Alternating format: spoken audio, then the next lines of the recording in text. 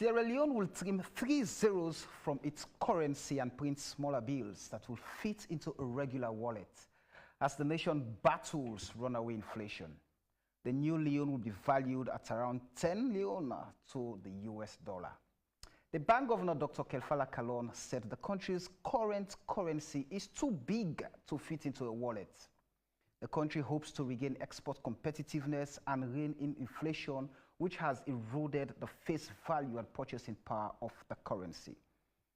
Although inflation has been receding in recent years, it was still running at 13.4% in 2020, according to World Bank estimates. The country's economy is plagued by corruption and was devastated by the 1991 to 2002 civil war. Efforts at rebuilding were set back by the Ebola epidemic of 2004 to 2016, of 2014 to 2016, a fall in world commodity prices, and the coronavirus epidemic, all of which have disrupted trade and investment and hit exports. Central Bank Governor Kalon said that the new currency notes will reduce transaction costs, as well as giving a psychological boost to the citizens. Tonight, we seek experts' opinion on whether or not the redenomination of the Leone, will actually reduce transaction costs, reduces inflation, or stabilizes the exchange rate. My name is Samuel Wise Bangura, and this is AYV on Sunday.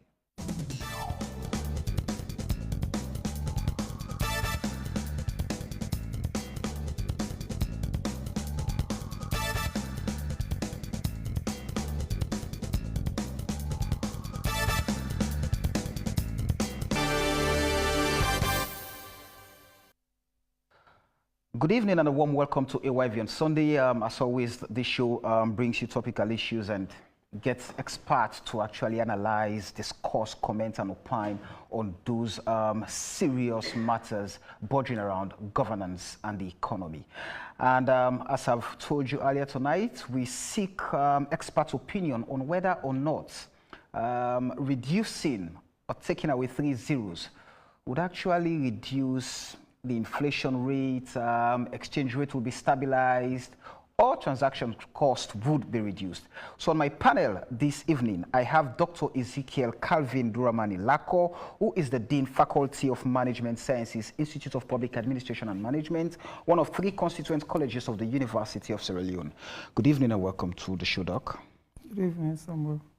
I have Cyril Django, a political economist from the University of Sierra Leone. There was a time when I said Cyril is a political economist and somebody was asking me, oh, is that being offered at the university? And that person actually attended FBC. Good evening and welcome to the show. Good evening, my brother. All right, I have Prince Jacob Macaulay, who is an economist, and he serves as the operations consultant for FAO. Prince, good evening and welcome. Yeah, good evening, founder. All right, and also we hope to be joined in the conversation by the Chief Economic Advisor, Janice James. Janice is currently in Sudan, so hopefully we shall be joining her virtually. So to you listening and watching, remember you can always participate in the conversation. Go to our Africa Young Voices Media Empire Facebook page, drop your comments and questions. We'll find time to go through some of them. And alternatively, you can phone in when I announce the call line later on in the show. But I first off want to, just as a way of actually giving a baseline or setting the baseline as to why this conversation is being held. You wrote an article looking at the challenges and the implications of, redenomination and all of that. We've seen countries around Africa and the globe, they've done that, and the effects of doing so. But I want to ask you first off, Dr. Lako, based on the article you wrote, the redenomination, with basically what we're trying to achieve as a nation with our currency, appreciating the Leone, boosting our economy, reducing transaction costs because we spend too much printing oversized notes. What's your idea around the reasons given as to why we are actually trying to redenominate our currency? Oh, yeah. So thank you very much. That questions keep coming up, and it is good that Leoneans are becoming interested in sensitive issues that has to do with normal business in this country. So I had the bank governor And it also came to most of us, I'm sure, as a surprise, because there was nothing out there that currency is going to be denominated. And one thing that I vividly stated, and which I will also stand by, is the fact that Sierra Leone is not the only country that's, or Sierra Leone is not the only country that's going to denominate, because other countries have denominated their currencies. And if you look at the examples I gave, I think I stated more than 30 countries, and so many other countries have as well denominated. Of course, I don't want to talk about the impact, as I also suggested. The only way you can measure impact is when it has been implemented and when you monitor it for some time. So I am not going to look at the impact. So what basically we might do here is to state some theoretical assumptions around that particular issue and to see how best we can boost knowledge around it, and at the same time provide an incentive where proponents of economic change or even actors within the economy will be able to learn from and also probably interact with our discussions and see what remedies are necessary for intervention. So directly to the question now, it's like, based on what I've stated, I think my issue is not redenomination, because it can happen, and it's a common practice across the globe. And I don't want to also state the legality of denomination. I want to look at the economic implications of denomination and as against our current economic dispensation. So, and I also want at this time, I also believe that probably there is a need for redenomination, and as it has been stated by the governor of the central bank, Sierra Leone needs to denominate because of reasons he stated. And as an economics or a finance person, I don't want to distance myself from the general assumption. And I have my own challenges to redenomination, with also advising that we concentrate on, is the issue of information asymmetry and transactions management with the redenomination. Because when you look at the characteristics of our economy, and when you look at how agents within our economic system plays, then we look at information asymmetry as one. If there is not enough information in the economy as to how the redenomination plays out within the short run, then instead of achieving the aims of redenomination, we might as well have a very lengthy struggle as to how to manage the economic risk around it. So while it is a good practice, there are other risks and other impediments that might unfold. And secondly is how we manage transactions within it. So while the information is important for transaction management, is who are the agents that are going to be responsible to roll out this strategy in the long run? How prepared are these agents? And the fundamental question for transaction management is a conceptual framework. Because while the central bank has stated, and we are all interested now, you have to look at the stakeholders that are very vital and see how we can draw a conceptual framework, because the stakeholders also are going to draw secondary conceptual framework from the initial conceptual framework proposed by the central bank. And of course, we trust in the people within the central bank. They are also learned people, and there are lots of experts within, and we know that they might have, or they will have a conceptual framework. This conceptual framework is not conspicuous. And how do we borrow from conceptual framework to design the rollout strategy that fits into our markets? You mentioned that basically we're just going to be, speaking hypothetically and look at and see how it plays out at the end of the day. But I want to read an excerpt from another article written by a political commentator, and whether or not the redenomination has any direct impact to the economy. And this is what he says. Generally speaking, currency redenomination has no or any direct impact on the economy, since the value of the currency will remain absolutely constant and purchasing power will remain the same. The real impact on the economy in micro and macro terms will be zero. Demand and supply of goods and services will not change. Net investment, government spending, the balance of payments and exports will only experience cosmetic changes with no economic impact whatsoever. Is that something to go by? So that is the thing. So this is why I say normally, you know, there is an a priori expectation in any theoretical statement. And that is a prior, that is very correct. Just as in normal law of demand, there's a cliche that when prices are high, people buy less. But there are instances when the reverse happens. Let me explain. Go ahead. Now, it is true that the redenomination has nothing to do in its primary terms. But what also the author has to take into consideration, there are transmission mechanisms. Redenomination can trigger transmission mechanisms within other economic agents. Now, for instance, that can be positive and negative as well. Right. For instance, we spoke about the issue of the supply of money in circulation. Now, it is not clear whether we know how much money is in circulation, even though they are keeping inventory of money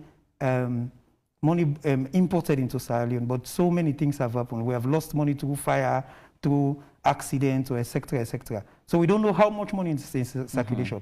Redenomination also means you are now introducing a currency that will precipitate the withdrawal of the current currency, and everything comes within the commercial banking system. And now you're going to account for everything. So that is going to serve as a correctness for two things. So while redenomination in its primary sense did not trigger anything, but its transmission mechanism, the thing that translated to the bringing of money into the economy, can also now create a better monetary policy for central bank to understand and to start zero base again, to begin to see which monetary policies are important based on the statistics and data they have now on amount of money in circulation. What if we have bad currencies in the economy? Like, what if you have currencies, illegal currencies in the economy? It's now a very good time to be able to account for these illegal currencies. Fake notes, you mean? Exactly, and introduce a currency that is more secure. Now, what happens now? You have control over the supply of money. Because when you don't know the amount of money in circulation, there is also a problem to control inflation. So these are the secondary things and that can transmit to economic growth rather than the redenomination, which is primary. All right, let me bring in Cyril. Cyril, you've listened to the submission of Dr. Lako. Looking at the reasons that we're given as to why we're actually redenominating our currency, the concept in itself is a way to recalibrate, the value of our currency. Will this be achieved, given the sense that, arguments have been advanced with regards cash hoarding, transactions costs are super high, inflation rate is one that we do not have control over, though we're saying we've attained a single digit in that. These are factors, but what's your take? What's your submission with regards, this? What will be your precursory remark on it? Well, let me state my own stance regarding this redenomination. It is fantastic. It is well in place. It is going to be a boost psychologically. It's going to make us feel that we are beginning again. You know, it's hardly you see a country saying this is a fresh start. Now, we are having a monetary policy that aims to reset our monetary perception of our country. Imagine you having $100. You're going down to the bank to cash that. That's a lot of money you're going to hold in your hands. And that invites threats to your person. Firstly, it reduces the cash flow in your hands. The value is still there, but the cash flow in your hand reduces substantially. Now, you could talk about 1 million leones being a mere 1,000 leones. That could fit in your pocket. So, comparatively, what we have now and what we hope to get with this redenomination is quite going to be simplicity. Very simple to handle your currency. So, yes, it is well in place. And secondly, Doc was talking about knowing the broad money supply in the markets. You know, this is Sierra Leone.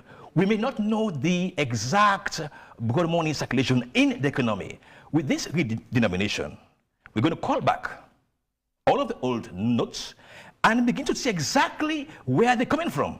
Last December, we were right in this Sierra Leone where we had leones shortages. But nobody knew exactly what was the reason for that. Now we're going to know exactly what is the reason, who are holding this cash. Well, when you're talking about this redenomination, yes, it is very good, but it has to be followed by fiscal policy resets. It's in itself, it's good enough. It's going to give a boost psychologically. It's going to become very simple, and it will ensure us to know exactly where money lies. But we have to have government policy reset. When I say fiscal reset, I am saying the bank governor has thrown the gauntlet to the government itself, that is the Minister of Finance. You have to help me now to come up with macroeconomic policies which will affect the earning power of the people. In other words, just out of curiosity, the monetary policies from the central bank or from the Bank of Salon, I mean, what are the direct links to that of the fiscal policies from the Ministry of Finance? Fantastic. Now, the fiscal policy essentially is government's own economic agenda. I mean, governments are not economists, but they do set the tone. Socialism, communism, capitalist, whatever. They have to control first spending power to boost exports, create employment, which leads me to the National Development Plan. We have to engage the three important policy areas there. One, it talks about economic diversification. It falls in the ambit of the Minister of Finance, the Minister of Development and Trade. So, talking about infrastructure, that's about creating lots of roads, houses. These are economic incentives which will boost the monetary redenomination. In other words, the government has to create policies for employment, for infrastructure, for economic diversification, as well as local content policy. Because when you talk about what is the private sector in Sierra Leone, mostly we are engaged with the FDI. We are basically defining the private sector as FDI, foreign direct investments. But we also have to look at local content policy, as it's the Sierra Leone himself taking hold of his economy. Now, in China, let me tell you this, they grew by foreign direct investments, but they matched it with local content, learning from the foreign direct investment and taking over. In the midst of any world shocks, your people should be able to own the economy. Those are the fiscal resets. We expect a convergence of trade, development, and finance. Is it happening? Well, we will see. Are the variables supportive of the move the central bank is taking? You mentioned, I mean, that you go into the bank, instead of you collecting $1 million for $100, I mean, you come out with 1,000 Leone, which will just fit into your pocket and reduces the risk of you being, I mean, people noticing that you get small in your pocket. And so are the variables supportive of that when the value remains the same? The value remains the same, yes.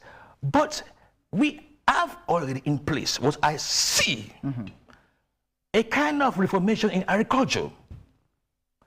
We are waiting now to see how much we're going to see the impact of rice production. Remember, we had 400 tractors plowing tilling the land last year and this year, and we see a lot of ministers and even other people in the private sector boasting that they're taking a part in agriculture.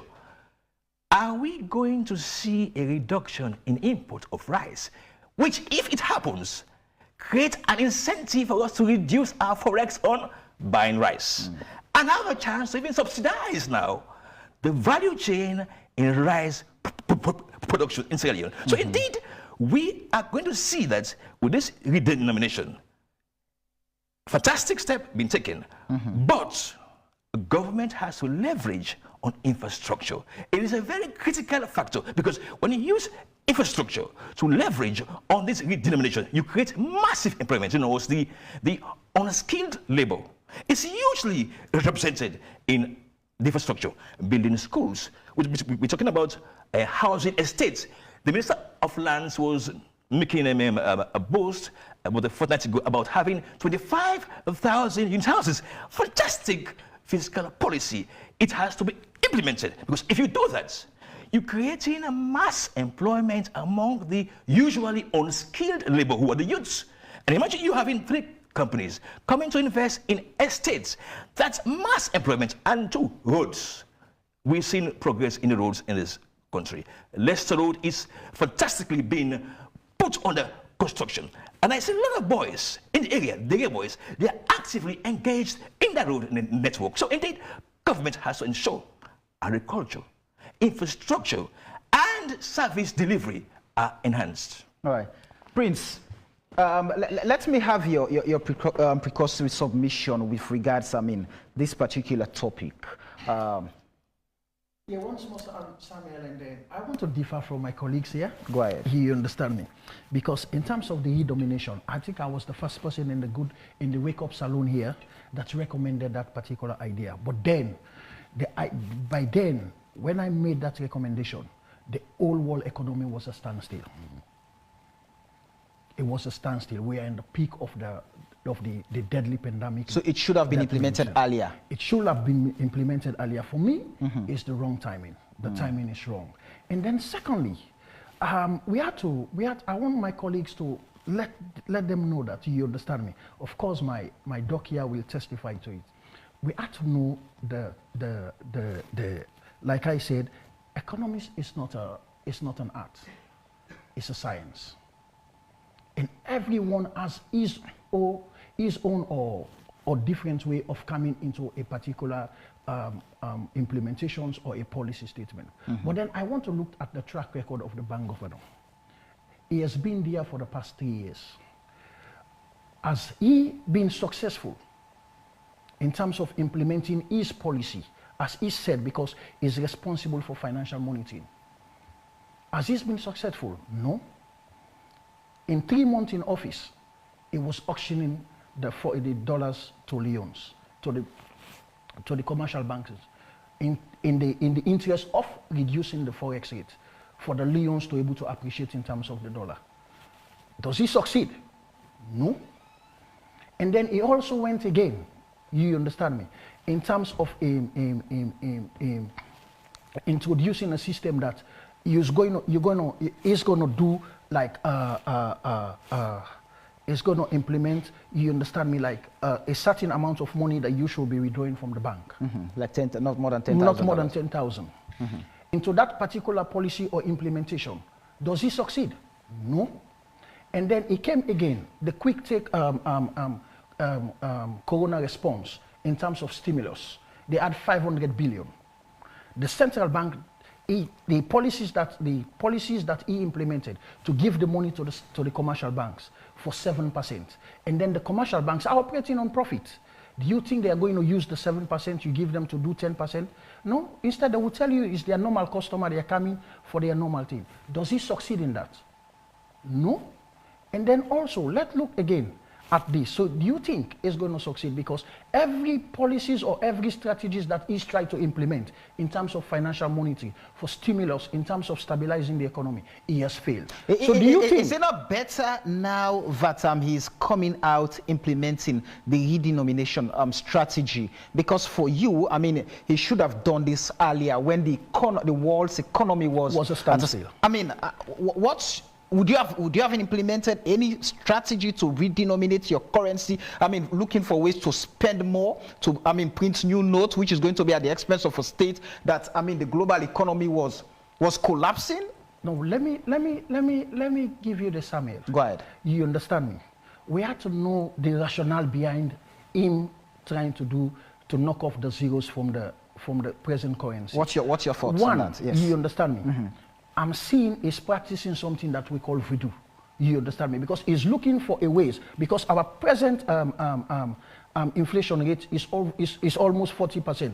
So for us to able to qualify to the West African Monitoring Unit, you understand, we should be below 10%. So I think he's trying to implement knocking off the zero for his own, I don't know, his roadmap or his strategies that he has developed, the matrix or the perimeters that he has developed, to see that we can able to meet within below the 10%, so we can able to go through we can able to qualify for the West African Monitoring Unit, for us, for Sierra Leone to partake in. Most probably is for him to knock off the zeros. You understand me? And then secondly, again, let's look, because it has to be irrational. What is going to be the benefit? And then let me tell you, Samuel, one thing, like I read the article of Dr. Lacor, you understand me, he's talking about the psychological effects. Is there any plan to take the people through? And then also, he implemented this, said, okay, there is a limited amount for you to withdraw in the bank. What's happened? December, there is a shortage of our own currency. Talking about how it's going to involve the people, Dr. Lacor submitted the issue of information asymmetry, which is very key. But just before going into that, again, I would want to ask you, with the realities in the economy in Sierra Leone, with all the visible and the bold variables looking at us, do you not see this as a prudent decision to actually resetting the country's economy, like Cyril said? This is a way of saying we're starting all over again. You can't start when the economy is in scramble. Our economy is not doing good at the moment. Inflation rate is over 40%. And then he came again and said we are in a single digit of 8.5%. If you are in the single digit of 8.5%, what's the reason? Because that the economy is doing good. If the economy is doing good, it's for you to go and knock off the zero? No.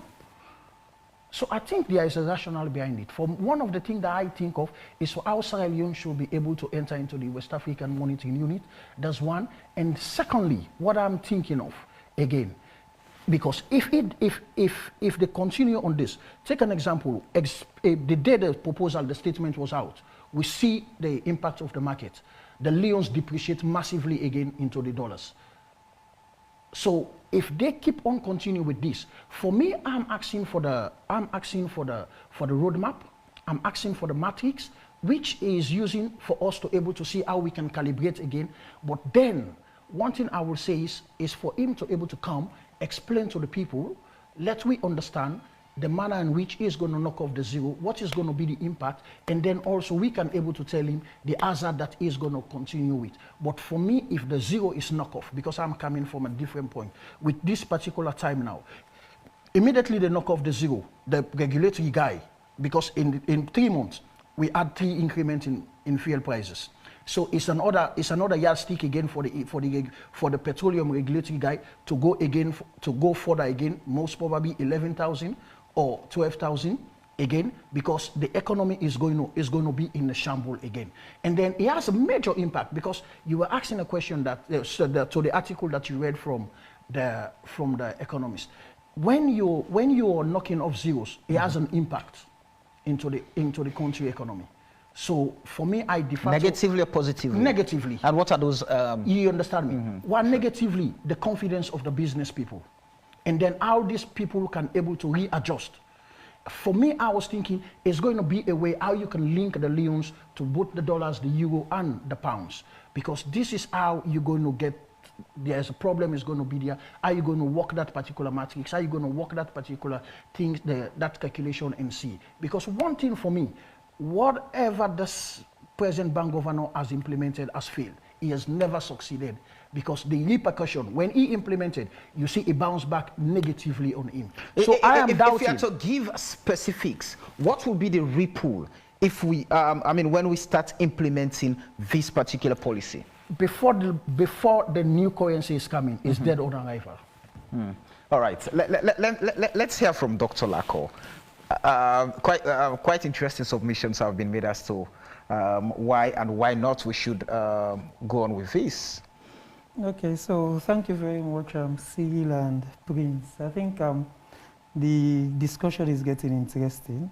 And just as they rightly said, economists have different perspectives.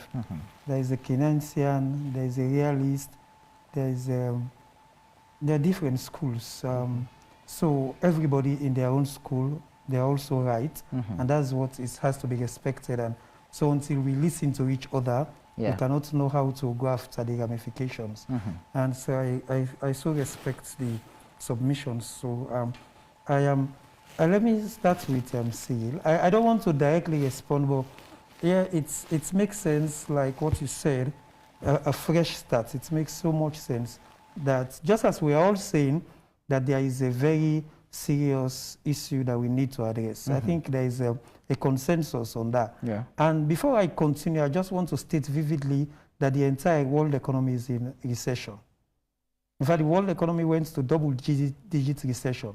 And some countries in this world are seriously on currency crisis that their entire economy has collapsed, like example, Lebanon. So the fact, what is happening around the sub-region or sub-Saharan Africa, for which Sierra Leone is inclusive, is not too far-fetched for global economic concerns.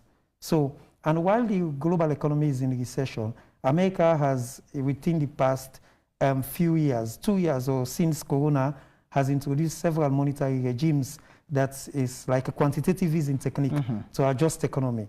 And one is, for a very long time, they kept interest rates at 0.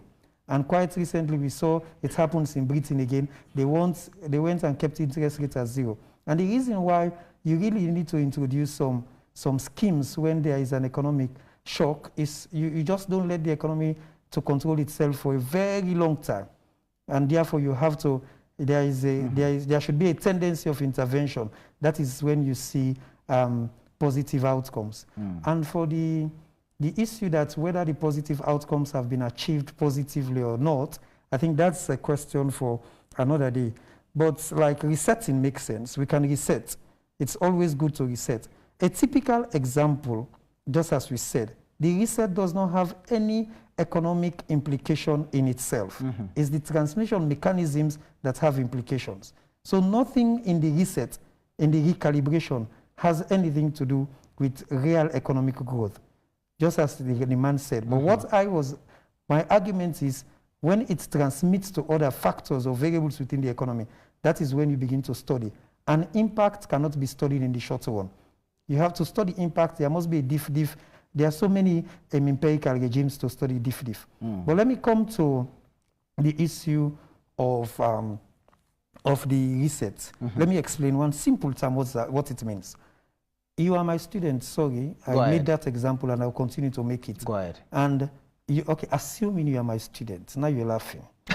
Assuming you are my student, and I am assessing you based on 100%. Yeah. Now I say I'm going to change. Instead of 100%, I'm now going to assess you over 10. So if you have 70%, it means you had 70 over 100. And now I decided to call it 7 over 10. It doesn't change your position in class. You can still be first, second with 7 over 10. The only thing, I have changed the nomenclature. Now, the psychological effect when the nomenclature is changed is that when it builds confidence to the people that are using it, on one hand, and Sigil is not too distant from the truth when he said it also creates doubt. And what we are doing now is how to begin to clarify the doubt and how to begin to solve the information asymmetry problem in a way where the impact will not be too much in the economy in terms of how people perceive it or how it is implemented. That's why I am talking on the transactions management. Now, for further clarification, if you sit with an international expert that wants to come and invest in Sierra Leone and tells the person that he has to implement or invest 1 billion, definitely you can say you have to implement 100,000. You have to invest 100,000 leons. So it sounds better when you say 100,000 leons. If you say the foreign exchange for $100 in your economy is 1 million leons, it sounds better when you say the foreign exchange in your economy is 1,000 leons to $1, to $100. I don't know if you understand. Yeah. Or 10,000 leons to $100. What does that mean? It means you're looking at the currency as strong and better.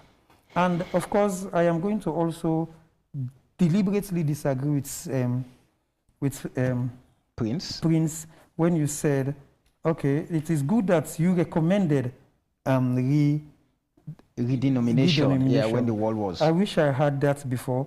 I would have supported you as well. So when you said you recommended, but the problem is you cannot for you to redenominate, there must be the right fiscal and monetary platform. And that time when the world economy is at a standstill, you cannot, because the external shocks can translate to a domestic shock. And when the world is at a standstill, when nobody was transacting, there is a tendency for a credit crunch. There's a tendency for financial shocks proliferations to other jurisdictions. And you cannot redenominate because the risk of redenomination can be more porous in that situation than it is now. And I also will want to disagree a little bit with him in terms of how the economy is now. I think this is the better time in the last 1 year. This is the better time. The reason is we have got a long-term foreign exchange equilibrium. For almost 1 year, the dollar has been around 10,000. Yeah. For almost 1 year. So even though it is high, just as in other countries within the sub-region, even though it is high, but it is still better because I was looking at, the trends I was looking at, it was so, the rate of acceleration from disequilibrium was so great, and the spread within the exchange risk curve, the yield between the exchange risk of the spread was so immense within the last 3-4 years that I thought this is going to be very bad. So, and now you're seeing a flat curve for 1 year. And I think that is the curve that they saw. So, and I know they might have consulted with World Bank and IMF because the curve is flat. And now they are leveraging on that flat curve and say, okay, let us bring this into perspective. Where I will agree with him in Prince as well is, now it doesn't have any direct input. But the question is, what is bad if we decide to recalibrate when there are so much money in circulation that we cannot account for?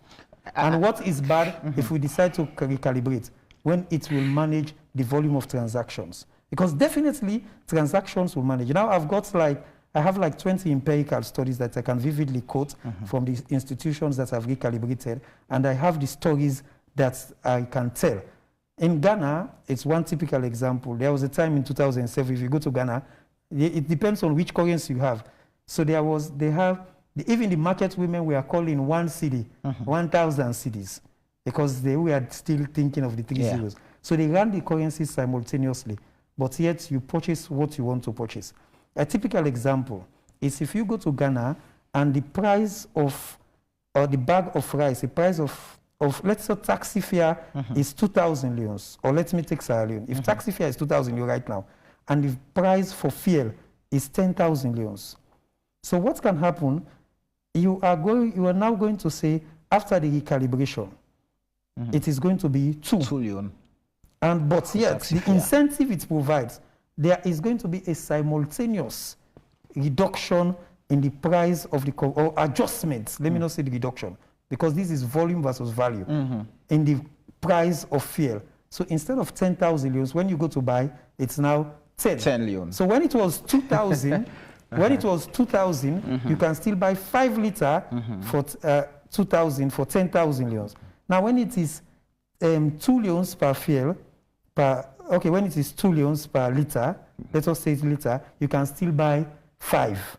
So therefore, nothing changes. What we have to examine is how it translates to real economic issues and how we can manage it. And you called us here, so give us time.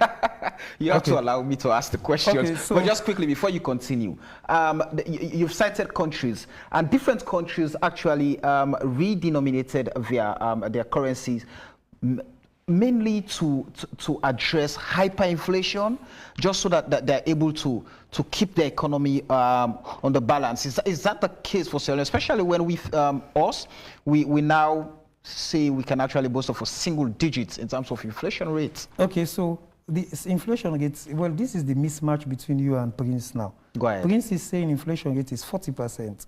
No, I stand to be corrected. It's above 30 to 40%. Okay, so you are saying, I think inflation rate is about 13%. 13.4 according to the World Bank estimates. Inflation rate is far below 20%. And that is because there was a time in the past 2 years when inflation rate was 18+%. And even bank interest rate.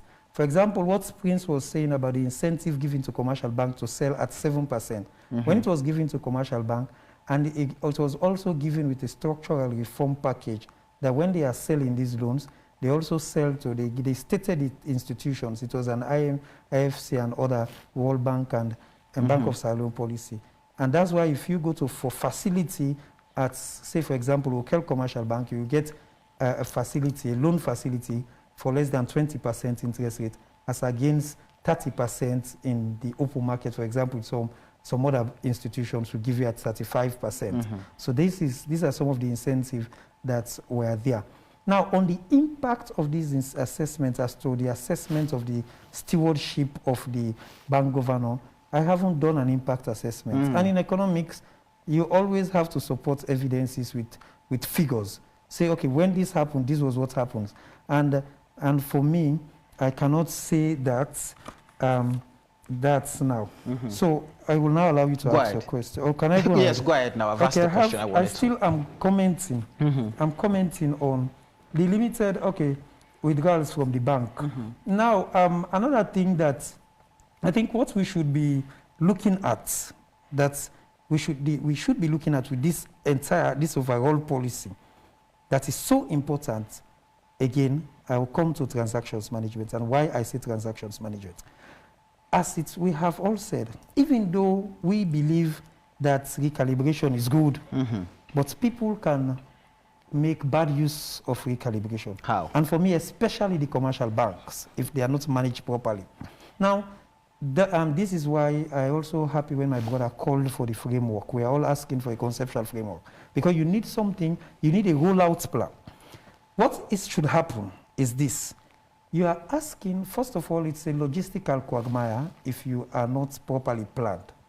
You are asking for the deposits, because it's definitely going to be the true commercial banking system, of billions and billions of loans into commercial banks. So monies are coming into commercial bank, and you are now going to replace these monies with a new note. So it means you have to know the correct amount that you are going to account for. Mind you, the Bank of Sierra Leone will not print so much money in excess to what is required, because it will also lead to inflationary issues. So therefore, you need to know how much money is there and how much money you're going to print to make available. If you print less amount of money, there's going to be a situation where they will say, oh, there's not enough money to precipitate the exchange. Is it possible right now for the central bank to give account of the cash in circulation? It's possible on paper, but it's not possible in real time. Right. That I can tell you. So this is one problem. Then secondly, is also an incentive. This thing, I love it because it's really a restart. It's also an incentive to revive the banking sector. However, the banks can play evil in this. Now, when you are depositing money, lots of transactions are going to take place within the banking system. So it means people are going to deposit huge cash in the banks. And when people do, what happens there is the banks are going to transact. And when they transact, they are going to charge lots of interest on COT. So they are going to use Bank of Sierra Leone mechanism to reintroduce currency through their banking system, and they are going to charge for it. So it means if I have 20 billion that I'm depositing, and I have to withdraw it again to do my normal business, and by the time I do, they would have charged their this percent COT plus other transaction costs. So what Bank of Sierra Leone should do is go back to the banks and sit and get an incentive for the transaction to flow freely. What I mean is that they can now put, say, for this purpose of this transaction and for this lead time, Bank of Sierra Leone should say commercial banks should not charge any commission on turnover on any transaction that is meant for exchange. How is that possible when the banks depend? I mean, that's what the banks depend on to survive. This is what we are all saying now. The banks depend on that to survive. Right. But there should also be an incentive for the banks not to make too much use of that advantage. So in other words, the government should come in now to ensure that is in place. Yes, or the central bank can pay the banks for the transaction. Right. To manage the transaction at a lesser commission on turnover rate. That is one, and that is very important. And if the banks are not effective to handle the volumes of transaction, then it can cascade to a very long struggle to effect the change. And another thing I will agree with Prince is the term there should be a pre and post this discussion should have started before the announcement from the bank governor. So it means public economists like Cyril and other people in the university, in consultancies, they should have thought about this and give their own input. But now we say 3 months. Okay, well, let us now manage it 3 months, but there's going to be a post-recalibration effect again that will be more than 3 months. How long that lasts is also what we have to manage. Lastly, and very importantly, when the exchange changes, they should also ensure that the consumers out there are able to do the calculation to equalize the commodity pricing system to the new exchange rate, to the new rate. It means if, for example, if a bag of rice is 200,000 leons, and therefore my salary is 2 million leons, now my salary is now 2,000 leons, and therefore the bag of rice should be reduced to 200. If there is any deviation, it's going to cause a very serious transaction problem. And within that period, they should all be able to control inflation in a way that inflation should not have effect on prices, because there is going to be a mismatch and people will make use of that mismatch. And we've been battling with actually trying to... Well, that's why the bank governor said he was waiting for a time when inflation is stable. Okay. Prince, I know you want to come in, but let me ask you, and this is what Mahmoud Timkabu is sending. Mahmoud is saying, in reality, it provides a fair solution to monetary illusion, even though the quantity of money has shrunk. Indeed, the intrinsic value of money remains static. So at the end of the day, we have all of these, plans, all of these policies. Without, I don't know if any of you have seen the policy objective of the central bank in its quest to redenominate the currency. Have you seen the policy objective? No, I have not, but I'm sure the bank governor is following debates across many social media fronts. Right. And he could have taken it from there that, in fact, it's about time. You know, we did something to arrest the monetary inflationary trends.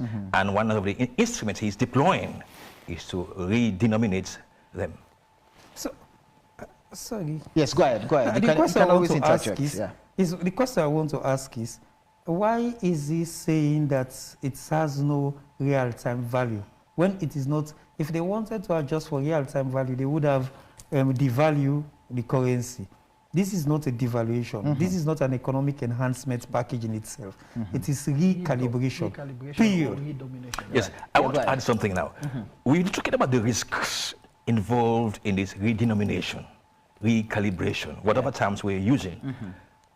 Now, whoever is working in the bank who's listening to us now should notice one thing. Which is? There is a level of uncertainty regarding the outcome of this redenomination, the knocking off of the 3 zeros. And what does it do? It invariably leads to people to find other ways and means to invest their wealth. How? In other words, that the Leone could be recalibrated, but it could also trigger hyperinflation.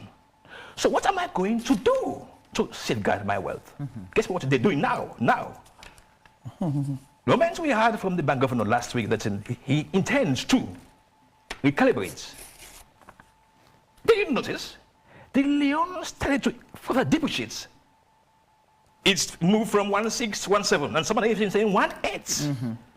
People are now, guys who are wealthy, buying the dollars, looking to buy dollars. Dollar is stable, the almighty dollar. So I want the dollars. That is where we need the CB, the Minister of Finance, Trade, Development, to have a convergence policy that they're going to roll out to ensure that they bring confidence. After all, in any market in the world, confidence has to be the kingpin. So if we are to arrest this trend of people seeking to buy dollars, we have to ensure that we have enough liquidity, and the government itself has to be very careful how it frivolously spends hard for exchange. How does it work when, for example, Samuel has $1 billion loan in his house, and of course I do not believe the bank to go and a bank, and now the bank governor has announced this redenomination strategy, and now I have to go to the market. I mean, I know with my dollar, no matter what redenomination policy you have, it's not going to affect me. Then I have to go buy more dollars. So how does it work? I mean, let's look at the correlation. So this is, like you, Samuel, you have 1 billion euros. You do not trust the banks. What are you going to do tomorrow morning? You're going to go to the, I think they said, there is a Nigerian guy also who is a big guy, who is a guru. You're going to go there and say, I want dollars. He's going to say, well, I have about, how much do you have? 1 billion. Surely he's going to raise the price of the value. So we have to ensure that the Bank of Sierra Leone is there effectively. Now, my brother there, Jacobs, was casting too much blame on the bank governor. You know, he came in 2018 and they were telling him, you have to put dollars in the market to control inflation. He did it. He was pumping. He did not control inflation. Millions. What did he do? He is a pragmatic bank governor. He stopped. He says, henceforth, it is not the duty of the bank to be creating dollars for you. You have to find your own dollars. Therefore, we are going to de-dollarize the economy. When that happened, 2019, we saw relative stability in the Leone fluctuation against the dollar. And it was even much more so that in 2020, Sierra Leone was boasting of the longest time of inflationary control. 2019, we were at almost 18%, 19% inflation. 2020, movement, just 4.4% inflation. So surely, you would have the kind of cash tomorrow. Please, for God's sake, have confidence in the bank governor. Do not escalate the situation on us. Have confidence in your Leone, because as I see it, no government would attempt to recalibrate its currency absent of strategies in employment creation, infrastructural development, and economic diversification. Do you then see a situation wherein at the end of the day, all the loans, that are being banked at home would then have to surface back to the commercial banks and the central bank? So, because at the end of the day, you do not need them. And somebody was telling me the other day that when they were born, they met a whole lot of 2 loans, 3 loans. That was because people failed to actually go and do with the monies until the redenomination happened and all of that. So do we then see a situation where, we have to see all the loans going back to the banks? Well, now, like Doc is saying, we are going to see exactly the money value out there. We're going to know if the bank is really prepared to know the variables. We're going to see, nobody is going to keep expired currency. We're going to know who is the person holding as much, because it's going to go to the bank. But like Doc is saying, I do not think when you're doing recalibration, the banks will charge fees for that, because you're going to exchange value for value. So there will not necessarily be any fees imposed on you going to cash your old notes for the new ones. What we say now is that there has to be confidence in the business sector. Do not wake up tomorrow morning and create a mess of going to exchange your loans for dollars. We're not doing dollar.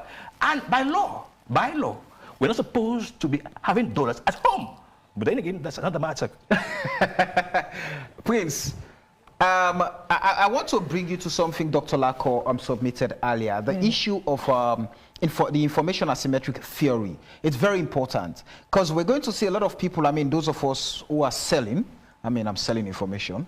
Those of us who are selling, have more information about the thing, and those of you who be coming to doing business with us, then we'll have to look at the advantage side of us, how this is going to play out for Mami Fatuidi Nakubola. How does she get to understand where and how all of this pans out? Like Dr. Laka outly spelled that here, he said it should have been a consultation, a further discussion, pre-post and current discussion. You should have a consultations.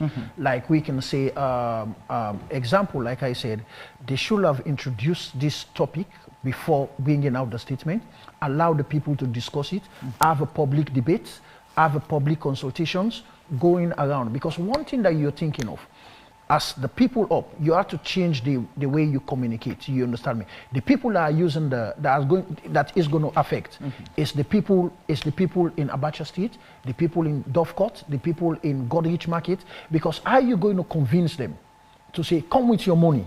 Because they had hard-earned cash.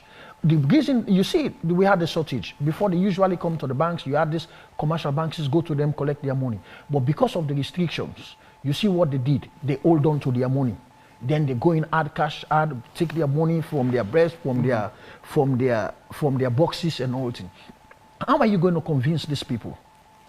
And then, like I said again, to Dr. Lako and all, when I said wake up salon, I said by then, Dr. Lako, when I said that the world economy was stable by then, we are not doing any import or exporting by then.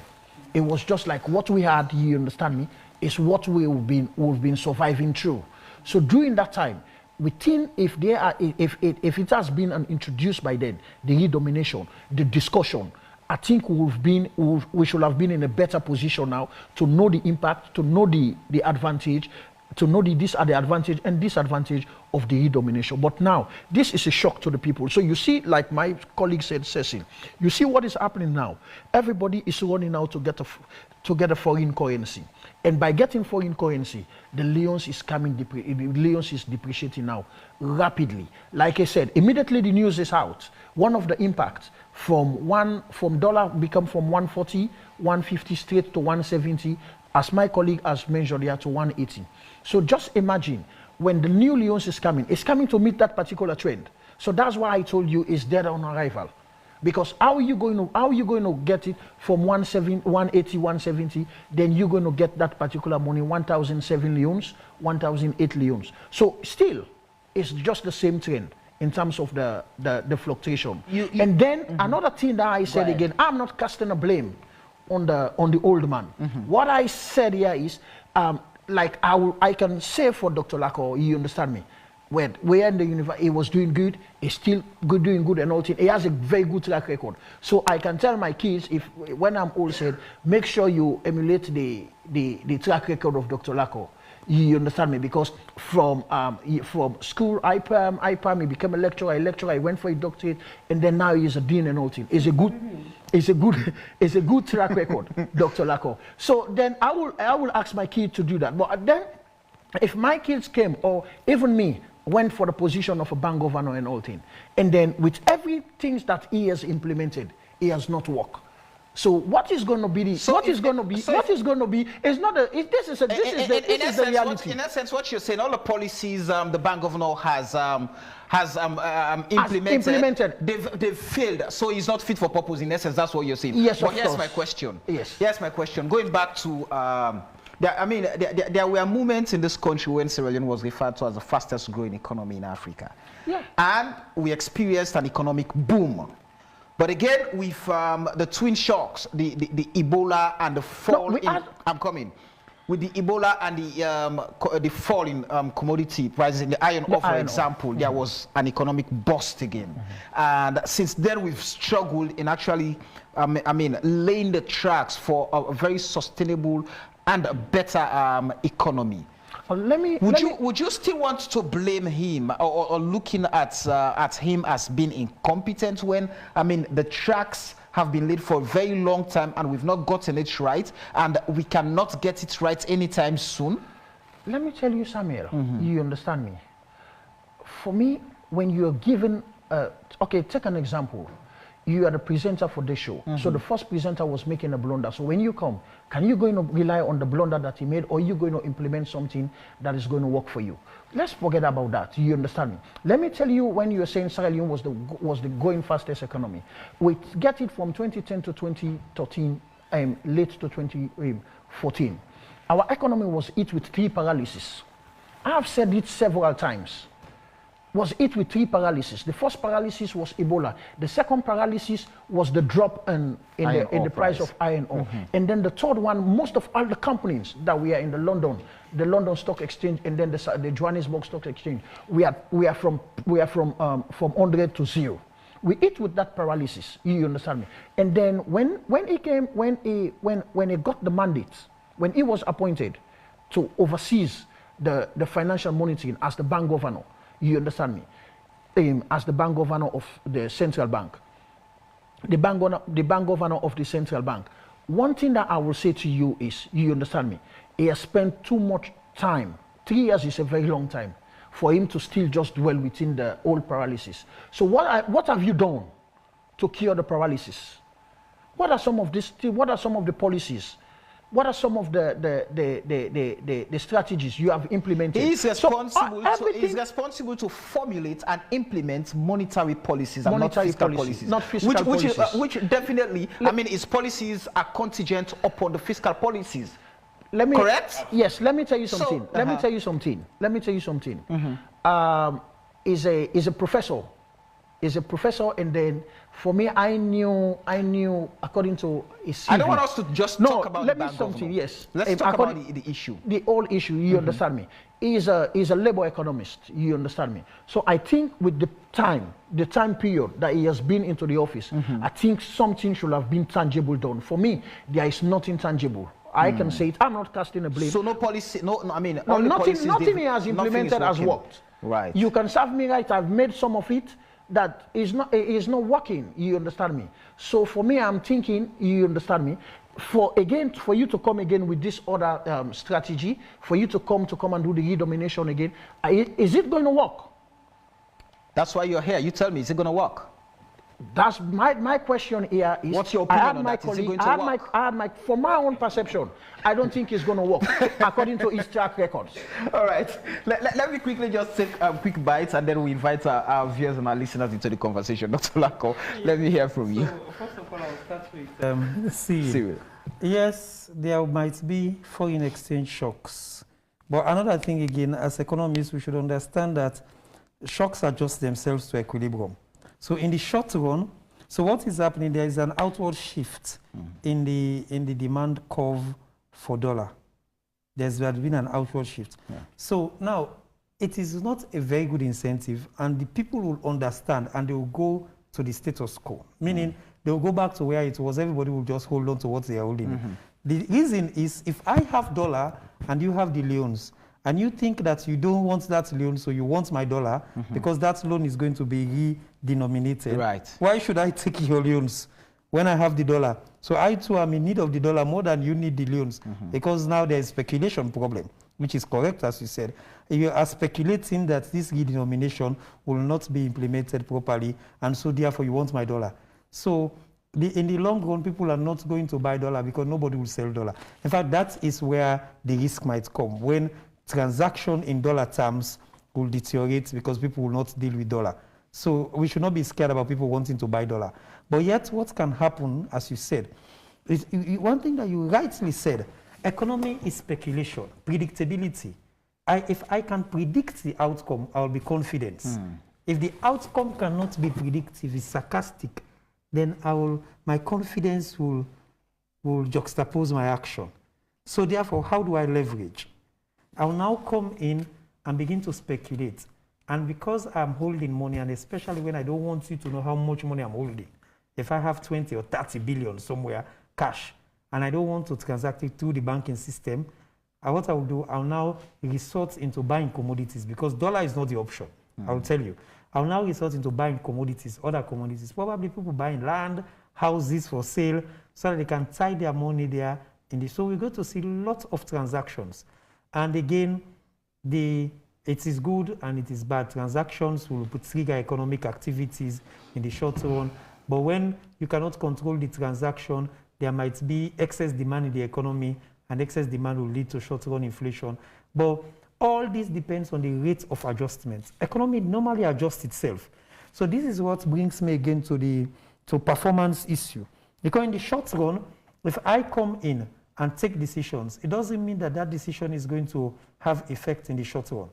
It depends on the rate of translation of that decision to real economic gains. Because my decision today, for example, the former bank governor started the issue of centralization. What was it? The central account. The single treasury account. So it took time, and it has been implemented by the current dispensation. So there is a long-term effect. We all start discuss single treasury account, look at the advantages and disadvantages. Now there is single treasury account, and nobody has studied what's the advantage of single treasury. I've not seen a research on that. But yet some of the things that we contemplated that will go wrong on single treasury account has not gone wrong. And the governments now are saying, the current dispensation is saying, single treasury account has been implemented well, and it is good now because they're able to monitor activities from other agencies. And now we know the volume of government's revenue right from across the if at public sector if at this spectrum. point you are to engage the Ministry of Finance, what are some of the macro fiscal policies you think should be put in place in order to ensure we have some economic growth that would in return translate to the monetary policies that the bank can go on with? So now you're drawing me now from monetary to fiscal. Yes, and that is something I don't like. I think we are here to talk about redenomination. Yes. Now, but let me come and let me say this. It is an emotional thing. Go ahead. It is not easy to solve an economic situation in an economy. Well, I will not say in an economy like Sierra Leone, but in an economy typical of sub-Saharan situation. So much has been done in South Africa, in Nigeria, in Ghana, and all of the people that try to implement are also very brilliant.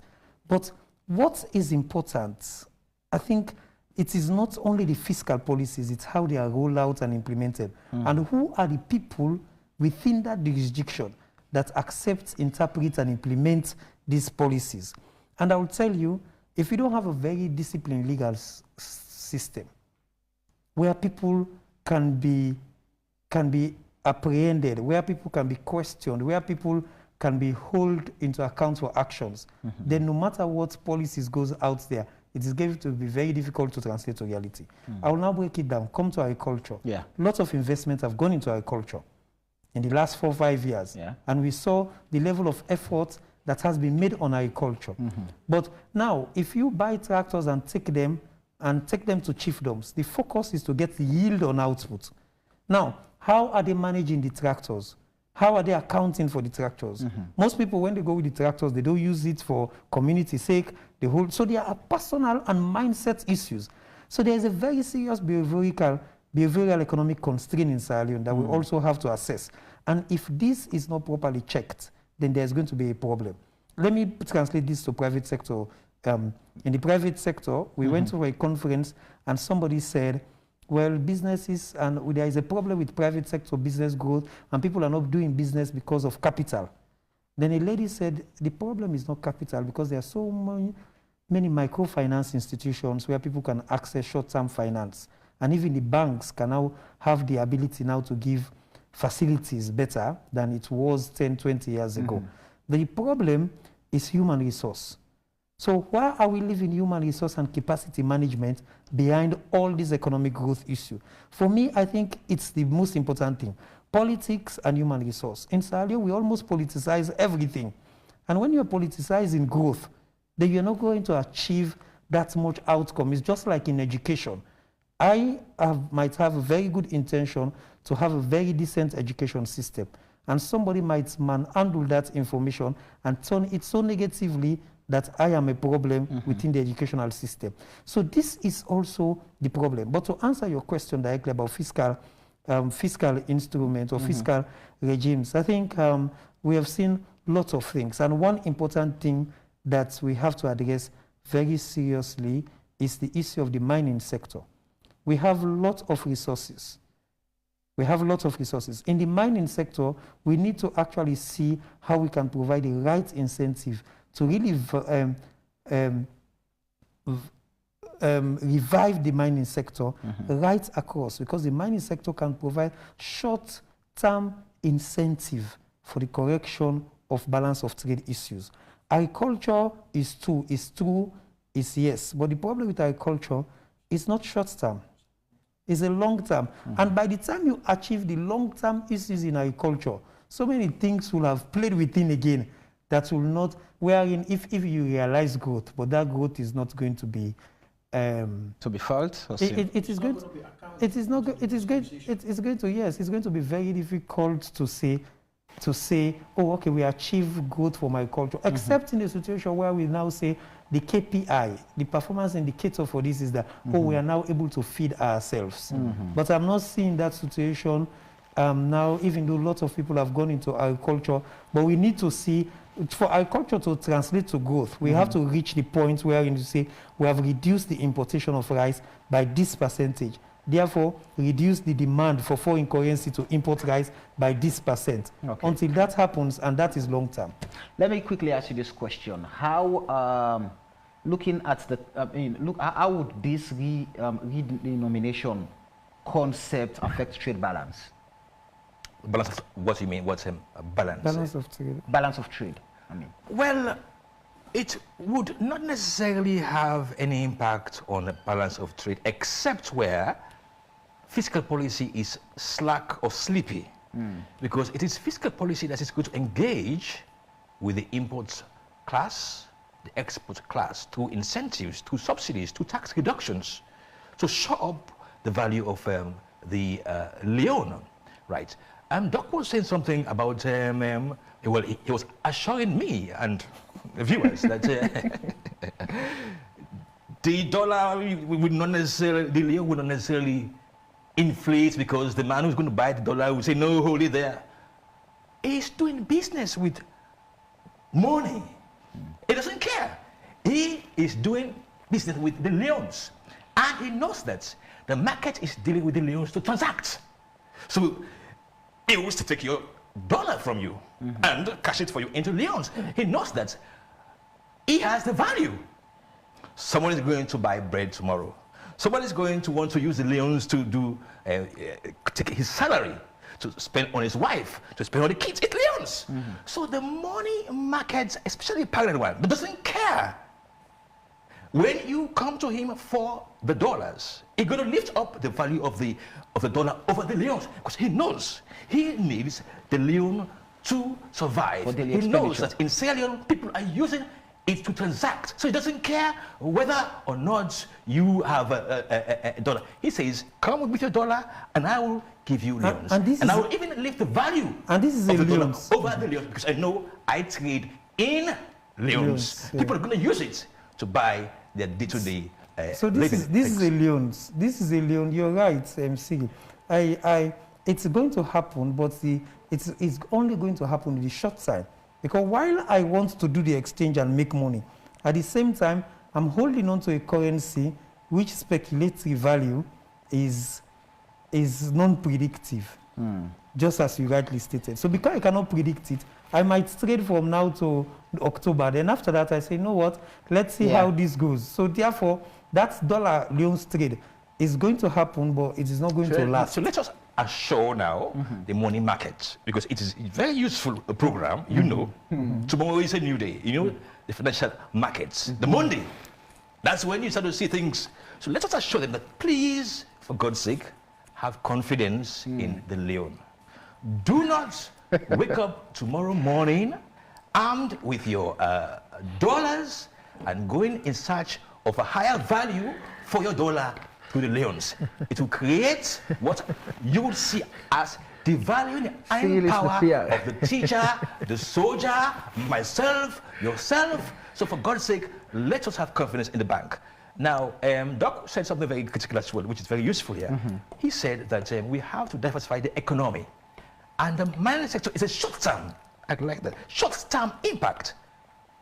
The boom and bust of 2013-14 should learn us a lesson.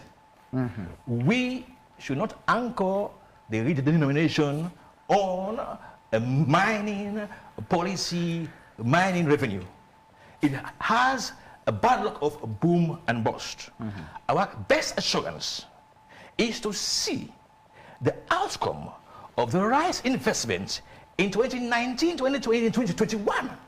We want to see the bumper harvest. We want to see whether there is in fact a value addition chain. Remember, the farmer grows the rice, is going to harvest bumper this season. Bumper. I mean, there are ministers, there are citizens who are already invested in rice. What is the value chain?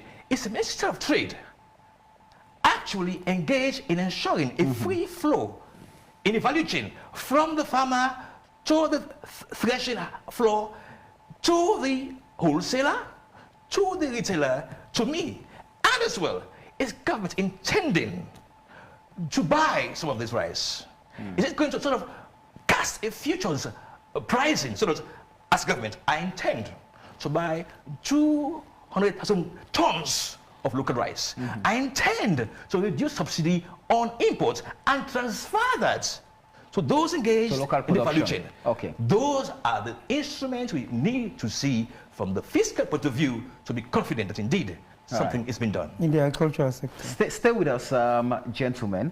And when we come back, we shall be looking at the reformatory way forward, since all of you are very integral within the economic governance structure of Sierra Leone. We'll be looking at the reformatory way forward in putting, well, recommendations forward as to what should be done. Let's invite our viewers and our listeners into the conversation.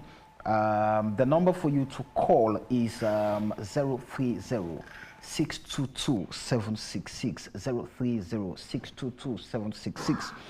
Mustafa Kone on Facebook is saying redenomination will have no impact on the value of the money.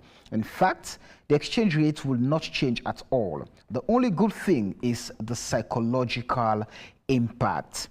All right. Good evening, AYV on Sunday. Yeah, hello? Good evening, AYV on Sunday. Yeah, good evening. Say your name and and go straight to your point, sir. Lawrence on the line. Go ahead. Yeah, I think this is a great idea for me. I don't know for others, but I think we should embrace this idea that the bank governor have introduced. But again, I was just making fun here with my man. I said, hey, guy, you know, your salary is 1 million, so prepare to receive 1,000 euros. So in an event, that 1,000 euros gets missing, your entire salary is finished. So you have to prepare for that also to manage your 1,000 well. All right. Interesting. Well, thank you. Good evening, AYV on Sunday. Your name and where you're calling us from? I'm going to drop this call. If you want to be part of the conversation, please stay away from your TV or radio set so we can have a very decent or sexy conversation, please. Patrick Rui is saying, the issue I have with this is lack of sensitization. I can foresee few hiccups with businesses as the rolling out period November is too soon. All right. Good evening, AYV on Sunday. Yeah, good evening. How are you guys doing in the studio? Doing great. Your name and where you're calling us from? Yeah, and I'm Mr. Usman Mansouri. I'm calling from TC, Jonathan Junction. Go ahead. I'm really enjoying the program, actually. But, you know, this is something that they need to do a lot of sensitization. They need to go to the community people and tell them that this is what we want to do. This is what should be happening. And it should not only be done on the radio stations or on the television, because there are so many people who are not using those mediums. There are so many people. Some people don't even have radios. And there are people who are living in villages in a place that is not even motorable. You cannot even use a bicycle unless you have to use your feet to get to this place. So they need to make a lot of sensitization. As for me, I'm seeing it very good actually, because it is a good idea. Thank you. Because if you are seeing Thank you. We have to give opportunities to others. Quickly. Good evening, AYV on Sunday. Yeah, good evening, gentlemen. Yeah, My name is Malaika, and I'm calling from Scandal. Go ahead. Well, actually, I would like to follow to the last and to the previous caller who just left the call. And then most of us are confused. We don't know which denomination we are expecting. Whether it is the pounds that we do not meet, or it is the leons of the Castilians and Momo. Actually, that's the area where it confuses us. So let the people go to the radio and television. Let them go and meet individuals out like players, ghettos, and other things, and educate us. We need to know which denomination we are expecting. Whether it is the pounds and the economics, or it is the leons of the Momo and Czechoslovakia. We don't know. We need education. Thank very you. much. Thank you. Interesting. Good evening, AYV on Sunday. Good evening. Can you please move away from your TV or radio set? Yes, sir. Go ahead. My name is Solomon Sundu. We'll take a look at the bank governor's pronouncement of the denomination of our currency. My take now, I think we have specialists in the economic sector. What I would suggest, it is a laudable venture, but what government needs to do in the first place is the sensitization of the public. Our people need to be sensitized. This is the time they are giving 3 months. I think, in my view, the 3 months is not too sufficient.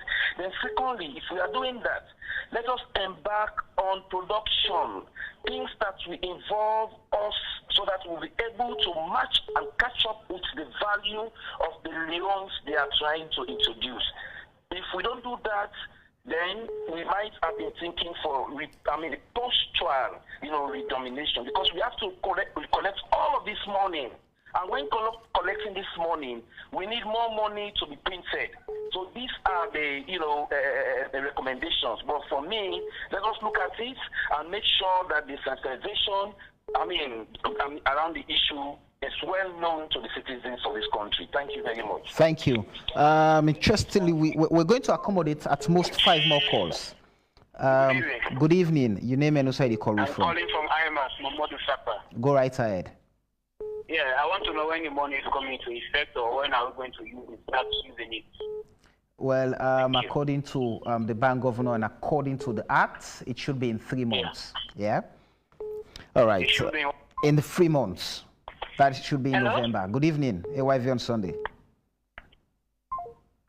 All right, interesting. We have so many callers. Good evening, AYV on Sunday. Yeah, but it's been a At most 3 more calls. We have so many messages to go through right now on Facebook, and we need to actually involve our online viewers into the conversation. Good evening, AYV on Sunday. Hello. Hello? Yes, good evening, AYV on Sunday. Yeah, Samuel, are you getting me? Yes, loud and clear. Go right ahead. Okay, this is Abla Jallo, calling from Bawi Street. Go ahead, sir. First of all, I want to appreciate the panelists and discussing on this very important topic. I have few concerns. Go ahead. Okay, we are talking about Leone redenomination, right? Mm-hmm. And we know when we talk about the denomination of a currency, this happens, when there is hyperinflation, okay, or devaluation of that very currency. Okay, and we all know what is hyperinflation. If you are measuring your currency per month, if the inflation rate is measured, above 50% per month, okay, that's hyperinflation. And we also know what the devaluation of a currency means. So my question is our currency currently experiencing hyperinflation? Second, is our currency currently experiencing a devaluation? So I would like the panelists to answer that question. All right. Thirdly, Quickly. And I want to know, in implementing this policy or this new, definition of our currency, what will be the challenge of rounding up?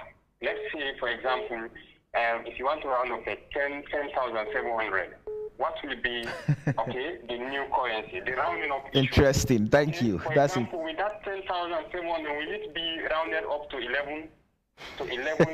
Thank you. Okay, rounding up and I have to hold you and take the last caller for tonight. Good evening, AYV on Sunday. Yes, good evening, Mr. Bangura. Yeah. My contribution is, what will be are we expecting currency in the market?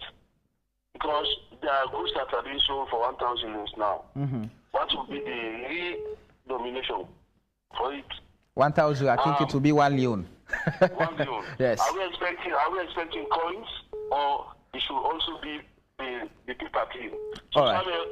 Samuel, I have your 1 billion yours. I'm coming for mine tomorrow. I know it's an example, but I know it's an example, but the cost of 1 bag of rice is 400,000. Thank you. Interesting. Thank you very much. And I think we have to hold the calls there. Should I also inform you guys that we tried getting a representative from the Bank of Sierra Leone, and unfortunately, the mouthpiece of the bank said they're in Bo. And we reached out to another director of, he said, of course, he's going to the provinces because he's farm. So we reach out, and when they want to come out, the platform is always available in our terms, and according to their terms, we would have to send invoice.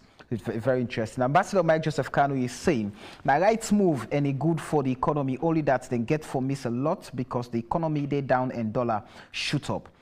Kelfala Kamara is saying, rumors going around. Some people kept their money at home, and I think this is the right time. Those monies should come out. The question, okay, this guy, trust me, is not, okay, we're not, can we just discuss the issue? Why knocking off zeros now? When just a few months ago, we were told that inflation has been halved from double to single digits, even though it was not reflective on the economy, not on the rise of goods and services and general poverty. Good evening, AYV. This is good for our country, okay, but I'm afraid this will ignite tensions around the country, especially the junior workforce of our country. Most of them have never seen or used this money. Example, imagine any one of them being paid now as we speak 1,500,000. Then, when he goes to the bank to collect his or salaries, I mean, if we get small or new notes, that will be. What would be the effect? Okay, Siddiq Abubakar is saying, all this talking of rice production is fantastic, but do we have the necessary equipment to produce quality rice as that of the imported rice? Osan Mansokabu is asking. We know there's another angle to this conversation, and so we do not want to get mixed up. We know there's a legal aspect to it. We'll definitely have that legal conversation around whether or not the bank can go on with the redenomination process without a statutory instrument table before Parliament. The governor is citing the act that establishes the bank. So we know there is a legal and also political conversations around it. Trust your home of all things credible, factual, and all times balanced news. We'll get those conversations going. With regards to the redenomination, the bank governor was only optimistic about psychological boost without a prudent and fiscal policy to stimulate the economy. That from Osam. Eddie Grant is saying, let's just go. Folks will soon start quoting Sylvia Blyden. Interesting. Changing the denomination of the currency does not increase production. The two have no parallels. Production in the country has to be incentivized by the government. The governor truly does not understand what he is doing. Francis Doumbouya is saying, increased production is the only way to bring about economic growth. Ibrahim Barbaturi is saying, dear Samuel Wise Bangura, please ask our economist in the studio, how does reprinting 10 Leone to replace 10,000 Leone make any reduction in number of notes one would have from the bank when traveling, because with the value of the currency remaining the same, it will be the same number of notes for 500,000 leones, which is 50 notes of 10,000 leones, that will be the same as 50 notes for 500 leones with the same notes. The only thing that would change will maybe the size of the notes, for which will may spend other set of huge money to print. I am still trying to find sense with Professor Kalon's policies, like Mr. Macaulay has highlighted. All he has done has failed. Okay, 5 more messages. 5 more messages. We have almost hundreds of messages. While significant inflation is the main reason for a country to redenominate its currency, other reasons include decimalization or joining a currency union. When redenomination occurs, old banknotes and coins are typically taken out of circulation and new currency is issued. Kevin Kingsley Williams, question for Dr. Lako. Do we know how much Leone notes are actually in circulation? There are allegedly billions in border areas of Guinea and Liberia. Will this cash make its way back to the banks? Okay, is the issue of sensitization, is it recommended for the government to use the traditional leaders to sensitize the people in this redenomination in their different localities? From Samuel in Kailaun. Samuel, although those panelists are trying to educate us on the redenomination of these monies, but actually, Mr. Wise, I'm totally in a state of confusion now because till date I'm still in doubt to their moves. From TJ in Dovubu City. Last message I'll take. In my opinion, I think this is the right move by the government. I have been waiting for this for too long. I am happy it's coming to pass. You have no idea how laughable our numbers sound to the Ghanaians and Nigerians. Don't get me wrong. The value of the currency will remain the same in a much more respectable manner. It will prepare the Leones to strongly compete against other currencies when we begin to enter the industrialization power of the fourth industrial revolution. I'll have to hold the messages there, guys. I'm afraid. So many messages. Time will never permit us to go through all of them. But we've done our best to go through some of them and take some calls. So I'm going to allow you guys now to respond to the callers and the messages I've gone through. Dr. Lako. Oh, so many calls, and I can only do few. Obviously. My colleagues will share. So first of all, somebody... You see, the issue of people are still confusing, and that's why I deliberately want to avoid the issue of other incentives, fiscal incentives, because immediately we start discussing other things, then we'll dilute the discussion effect. So let us go back to the people should basically understand that the denomination is not connected to economic growth, and the reason for redenomination has been stated sufficiently.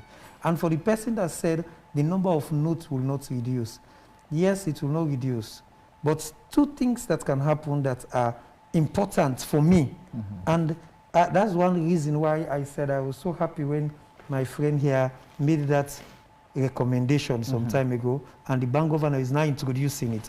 We want to see, it is obvious that if you have a serious monetary or fiscal challenge, it is obvious that you introduce quantitative easing techniques, even though this is not direct quantitative easing technique, but it's an adjustment for us to reset. And if you are going to reset, what happens now is it gives us the leverage to be able to understand our economy better, and we begin to work on new monetary frontiers, where in the young economies coming up, new establishments will have to understand what obtains. And what can also happen. Now, let us say, yes, there is no defect, so therefore you don't say you don't change. What about a situation wherein all the monies that are out of circulation are going to be replaced with new notes? And the fact that we are going to do new notes, the new notes, it might be the same but of different sizes and different weights, with new security features. Now, even the dollar, I don't know if some of the callers are aware that few years ago, they changed the dollar. There are some dollar notes, $100. If you take it now, the price of these dollar notes are lesser compared to the new notes that they have introduced. Yes, they get a particular thing, they said from 2001 to 2007. Yes, they have time frame. The time frame. So it's the one from 2008 upwards. It's more valued. So therefore, what they did, because there was a serious security challenge, and in terms of how many people have falsify the credible dollar. So they reintroduce security features. So what if now I am going to withdraw my currency?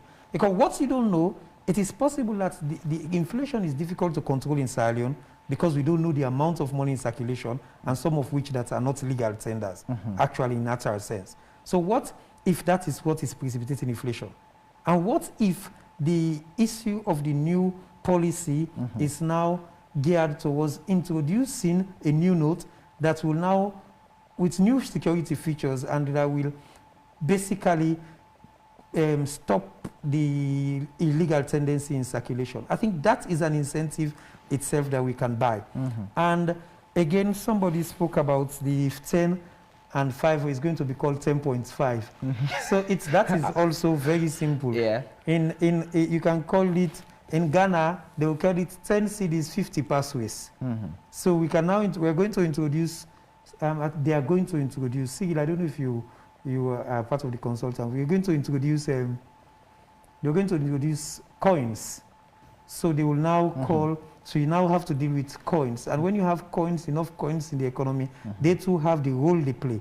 And somebody's made a very sensitive statement. I think we've not discussed that. Which is? There's a possibility that lots of Sierra Leonean currency are also in Guinea.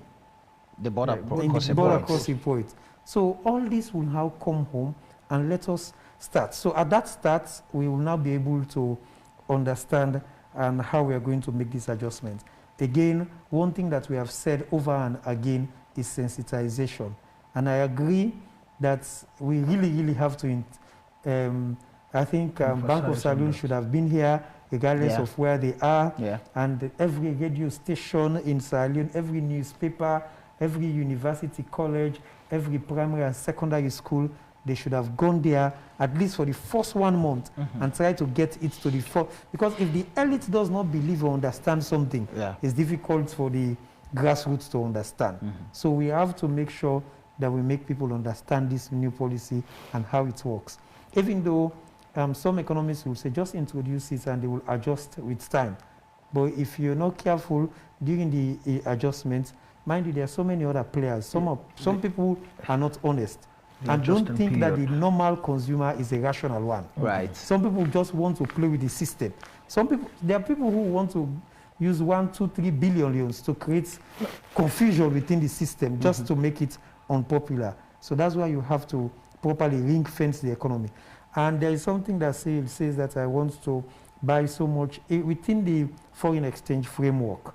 I think this is difficult, but you can ring fence. Even pricing, we can ring fence pricing for a time and monitor them. I don't believe in price control because price control itself will increase prices, especially in an economy where you don't produce.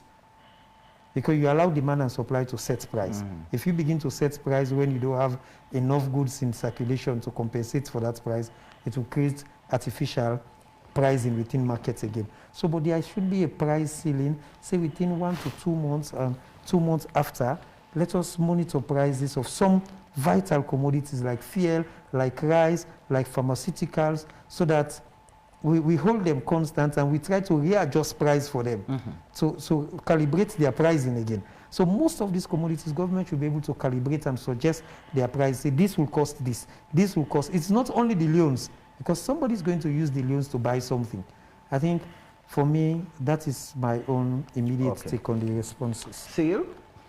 Yeah, when you listen to the calls and the texts, you see that people are engaged. They're engaged and they're talking about awareness. And the minister, whether he's done the bank governor, he has done the right thing. The governor has done the right thing. He has ignited a debate. The next step would be to value, survey, evaluate the debates, and then create what next? The statutory instruments. Remember the legislation on social media, when the Minister of Information took it to Parliament. They asked him, did you have conversation with the people? Did you enlighten them? So the bank governor has done the right thing. He simply brushed the subject. No legal document, really. This is what I intend to do. This is my own contribution towards controlling, arresting inflation. So of course now we are discussing. I'm sure he would be evaluating what we're saying here, what they're saying in other fora, to see what they can do as a change.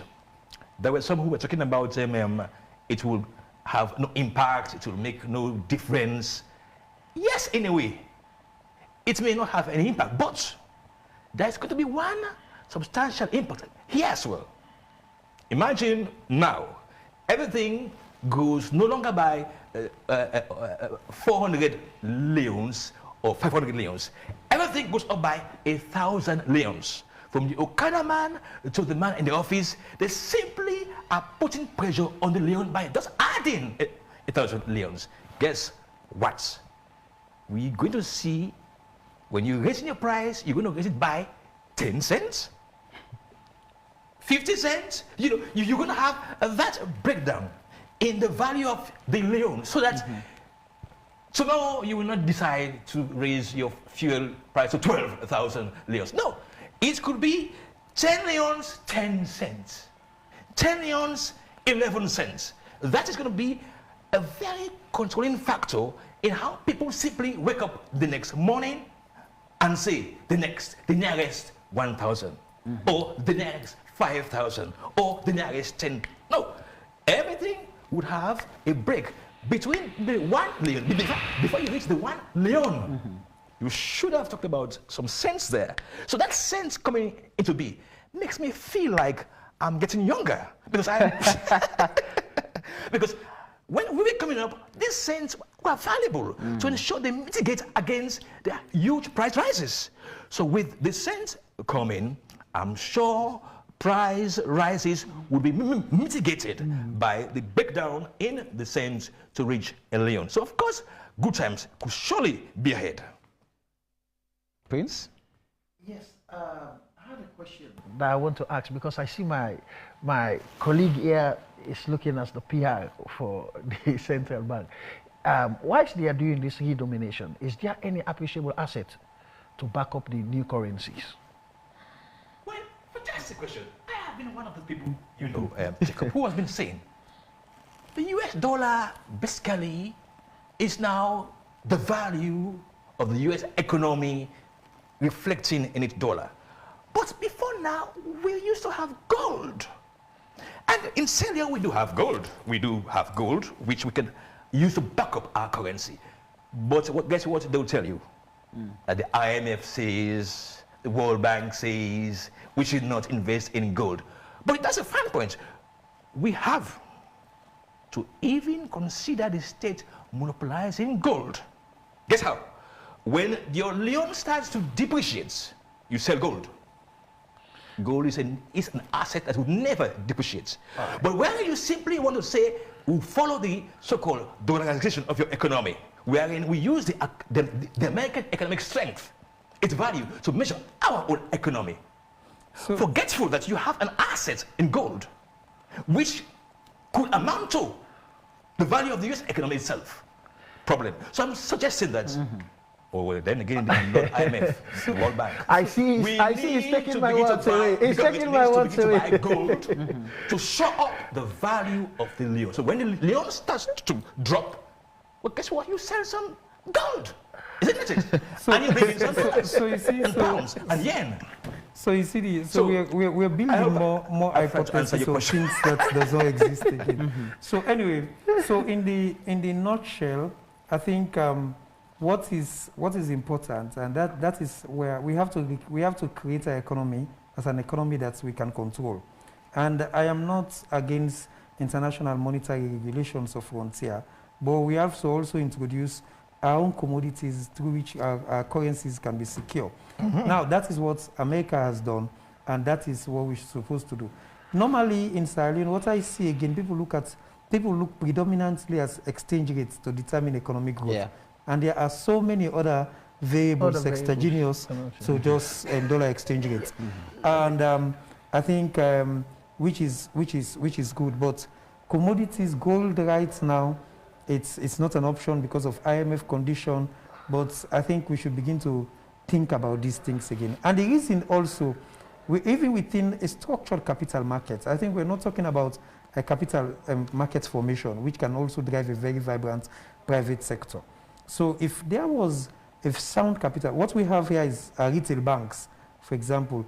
If the stock exchange is not functional, and therefore you cannot manage huge fund, or you cannot mobilize huge private capital in-house, except you have to do offshore. So whenever we want to mobilize capital, if a mining company in Sierra Leone wants to mobilize capital, you have to go to in alternative investment markets in UK and etc.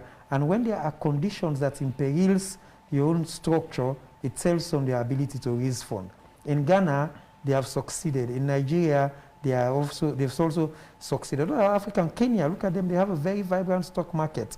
So this, why? Because the stock market can also create an incentive for currency stability and capital flow. I think that is. Yeah, let me just, because I asked a question, then I see my question came with another different. My question came with another different discussions, and then so what I'm saying is I asked these questions. This particular questions is for the people in the central bank, and then secondly, if we want to look at countries that succeeded into it, Ghana succeeded because of what? They use a tons of gold to back the currency if there is going to be an hazard or there is going to be a negative effect when knocking off the zero into the CDs. And also, we see a country also, Zimbabwe tried it, they failed. You know why they failed? Because they were looking at their land policy and their land tenure to be as an asset, which by then there was a lot of commotions onto the land issue, so they failed. And then Nigeria, the ever first time Nigeria tried it, they succeeded, which they did. Because by then, the crude oil value, Nigeria was one of the most African highest producing country in Africa. So they link it, the currency, denomination, and the currency, whilst they were doing it onto the gold, onto their oil market. So for me, my own question that I asked that you guys are debating on at the moment and all things, there is any appreciable assets that we can able to link whilst doing this redomination. So these are some of the things that I want the people in the bank to get into consideration. Then also again, for the psychological effect, the things that I don't think the bank governor give us to the interview that he took around. I don't think he gave us a proper reason for him to take the bold step. For me, one thing I would say, the meaning of that when I said it's not the right time, because there should have been a lot of consultation. Not for them not to do it, because I made the recommendation in Wake Up Salon about almost a year ago. I made that recommendation. So, but for me, the timing now, when I said the timing is wrong, because there should be a consultation before you coming out with that particular statement, you coming out with that particular proposal. So coming out with that proposal, we see the impact on the economy, we see the impact onto the business people, we see how mentally it's affecting the common people. You had the call, you see. So it's a lot now. It's going to be more resources to able to see how best you can able to engage with the people. Like Dr. Lako said, communication, you can't start communication process on the top. It's always from the bottom. You can able to succeed when you start from the bottom, because it's a very accurate approach. When you're starting any processing, you start from the bottom to the top. Because when the bottom understand, it's very simply for the top to able to get it. But when you try to do it from the top, as we are doing it now, for the bottom to able to get it, it's going to cost you a lot of resources. So is the resources there? And then also one caller is trying to engage, and like said, the money is going to do it. Check the British pounds. You see what the new note is like. It's going to be the same. But one thing again I will say is an advantage. The cost of printing is going to reduce drastically. In terms of printing the note, the cost is going to reduce drastically. So that's one advantage. But then I can give that advantage. But I had a lot of disadvantage. So, but let's see. But for me, like I said, I had my own opinion, I had my own take, and then let's hope and see what is going to happen. Let's chat the reformatory way forward. What should be done at this point to get it right? I've already asked the question. Is there any appreciable asset that is going to back up the new currency? Because if it's not, it's going to be dead on arrival. To your knowledge, is there any? No. So what should be done now? Do we have to put that in place to ensure? No, that's the first thing. Those are some of the mechanization that you have to put in place. And then you have to look, like we said, let's see the framework that they're going to use to knock off the zeros, because it's going to be an impact. If you looked at the framework or to the matrix, it must be an impact, and then it must be a disadvantage. So you can look on it and then you assess it. Like I said to you, economics is not an art that you're going to play and act on. It's a science.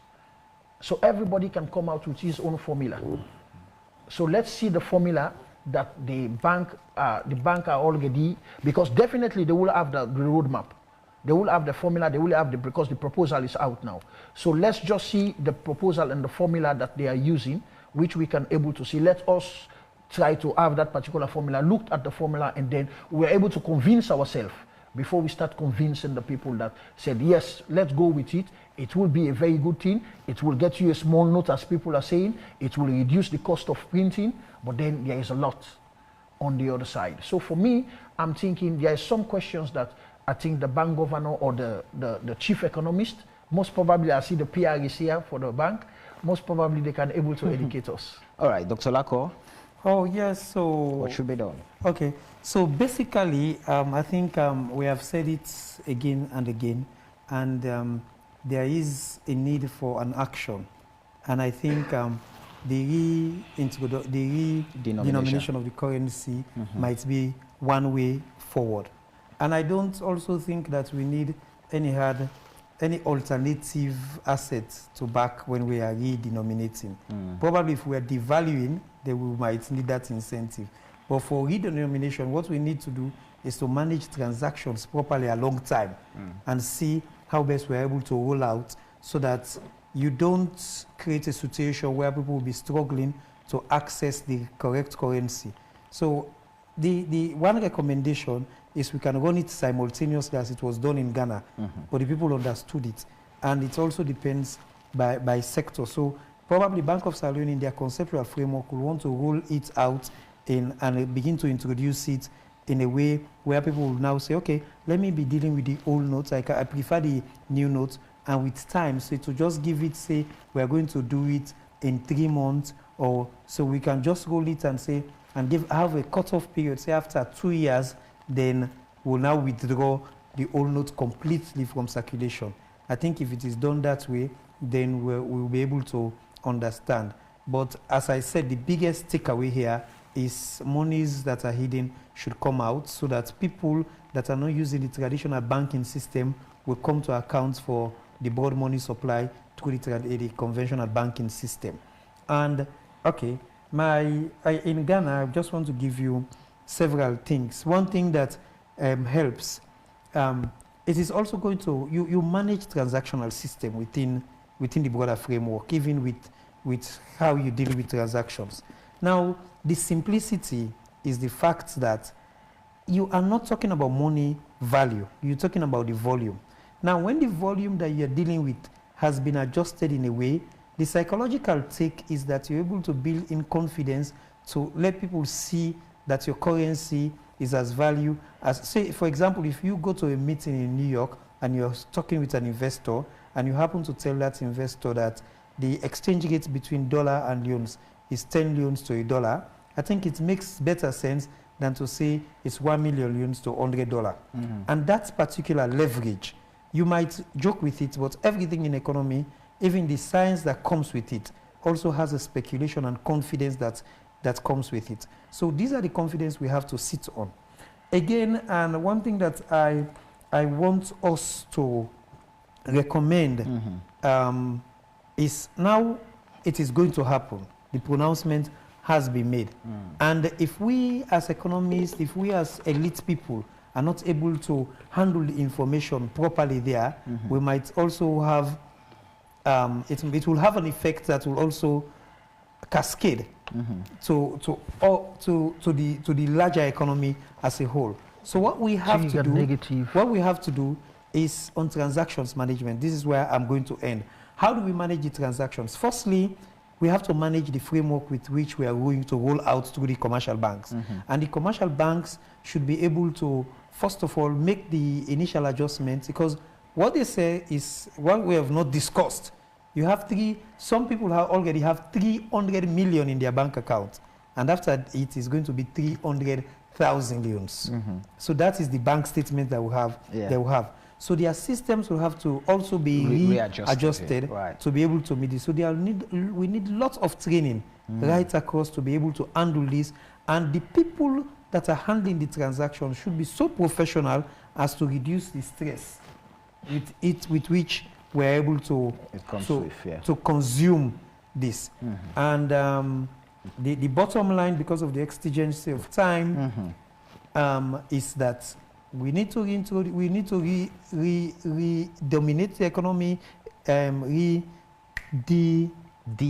denominate yes. the economy. I think we've used lots of words denominating. So we need to redenominate, and at the same time, while redenominating, we need to manage its information asymmetry, and we probably also need to manage transaction management systems with which, and we need the conceptual framework. Right. The reason why the conceptual framework will work is that it will also give other stakeholders within the economy an opportunity to be able to look at the rollout plan and see how they can fit in their own structures within it. Because apart from, aside of individuals that are holding on to monies, farms also might be affected, petroleum companies, etc., they might be affected because there are a lot of also units of currencies that are spread everywhere. Okay, finally, Cyril?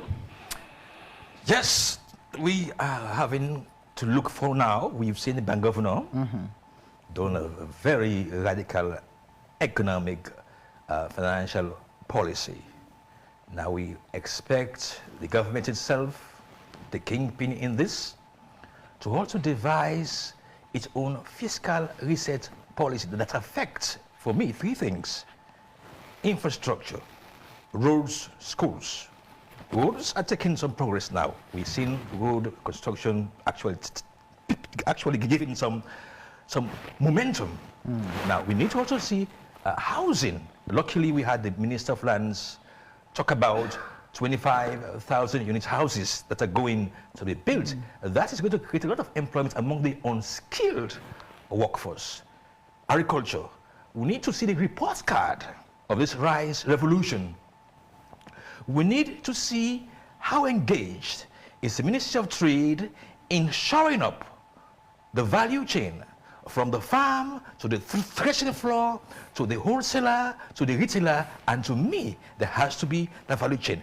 We also need to see how government intends to shore up the local rice production by statement of we intend to buy this amount of rice from local markets to service the army, the prisons, police, the school feeding program, the Ramadan, when we normally give out rice, and other festivities. So we need to see government itself buying in. And lastly, we need to see how much more does the rice cartel go in this rice revolution. Are they buying in or are they sitting out?